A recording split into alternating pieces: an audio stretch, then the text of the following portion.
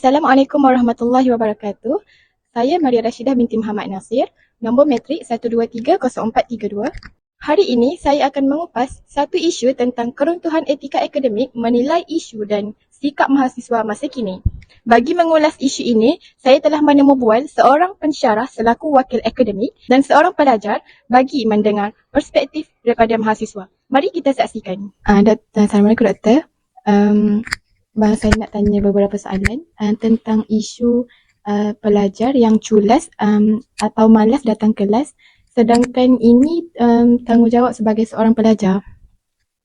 Pandangan saya rasa memang tak patutlah seorang pelajar tu bila dah diterima masuk universiti dia jadi malas pula, culas pula datang kelas kelas, ponting dan sebagainya. So sebagai pelajar sepatutnya dia tahu tanggungjawab dia dan beri full komitmen ataupun full komitmen penuh kepada kelas ataupun menghadiri kuliah, membuat assignment dan sebagainya. Okey, seterusnya Doktor, apakah sikap malas atau tidak hormat ini menjejaskan komitmen pelajar dalam menyiapkan tugasan seperti hantar lewat atau lepas tangan dalam tugasan berkumpulan? Itu bergantung kepada diri pelajar tu, dia tak datang kelas, malas datang kelas tu sebab apalah, kan? Kalau dia ada juga pelajar yang dia tak datang kelas, malas, culas gitulah, tapi dia kerja siap. Maksudnya assignment dia buat. Maksudnya dia apa saja yang dia dapat daripada kawan dia kata kena buat itu dan ini dia buat, tapi dia tak nak datang kelas sebab dan sebagainya. Saya rasa ini satu sikap yang saya kata tidak bertanggungjawab lah. Malas tu dia ada kalanya dia akan menjejaskan juga komitmen ataupun dia punya tanggungjawab dia terhadap melaksanakan tugas sebenarnya. Tapi sebab kita tengok ada pelajar yang dia malas tapi dia buat kerja. Kononnya untuk mendapatkan markah. Tapi once sudah kena bar, markah pun dia tak akan dapat lah. Okey, seterusnya Doktor. Adakah Doktor rasa mahasiswa sekarang ni semakin hilang adab terhadap pensyarah? Macam sampaikan contohnya ada pensyarah ni sanggup datang ke rumah student untuk cari tanya khabar student tu lah. Saya tak semua begitulah. Ada jugalah sekitar. Tak dinafikan benda tu wujud kan. Memang adalah pelajar yang saya rasa kita kata dia tak hormat kepada guru pensyarah, sebenarnya dia sendiri dia tak hormat pada diri dia sendiri. Sebagai pelajar dia tahu tanggungjawab dia.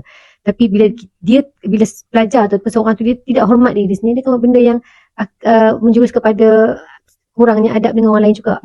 Jadi saya rasa benda ni memang adalah, memang berlaku dan ialah sampai pensyarah kena cari, kena contact family, kena maklumkan. Dan ada juga pelajar yang bila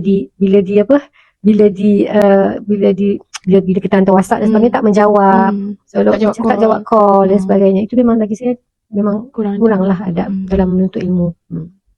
Okay, terima kasih banyak-banyak Doktor. Sama-sama. Assalamualaikum saudari, saya Maria dan saya ingin menemu bual beberapa soalan. Boleh perkenalkan diri? Okay, Waalaikumsalam. Nama saya Wan Aisyah binti Mazhar. Saya merupakan pelajar tahun 3 daripada Fakulti Quran Sunnah. Soalan pertama saya adalah adakah jadual kelas yang padat dan membuatkan pelajar itu penat menjadi punca pelajar itu ponteng kelas atau culas datang kuliah? Okay. Bagi saya, penat tu cuma alasan. Punca utama dia adalah sebab masalah disiplin diri dan pengurusan masa pelajar tu sendiri. Sebabnya pelajar ni kalau kita tengok banyak yang suka tidur lewat. Jadi jadi menyebabkan diorang ni bangun lambat. Jadi diorang ambil mudah dengan ponteng kelas. Betul-betul.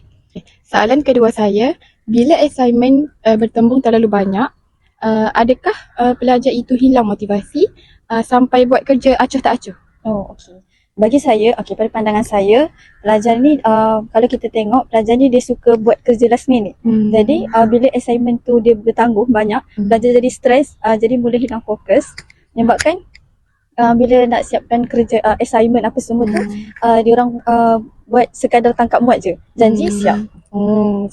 Okey, terima kasih saudari. Sama-sama. Kesimpulannya, isu culas kehadiran dan sikap acuh tak acuh dalam tugasan tidak boleh dipandang remeh. Ia bukan sekadar isu akademik, tetapi ia berkait rapat dengan integriti, disiplin dan adab kita sebagai mahasiswa. Oleh itu, kesedaran diri yang tinggi amat penting bagi memelihara keberkatan ilmu yang kita tuntut. Terima kasih. Assalamualaikum.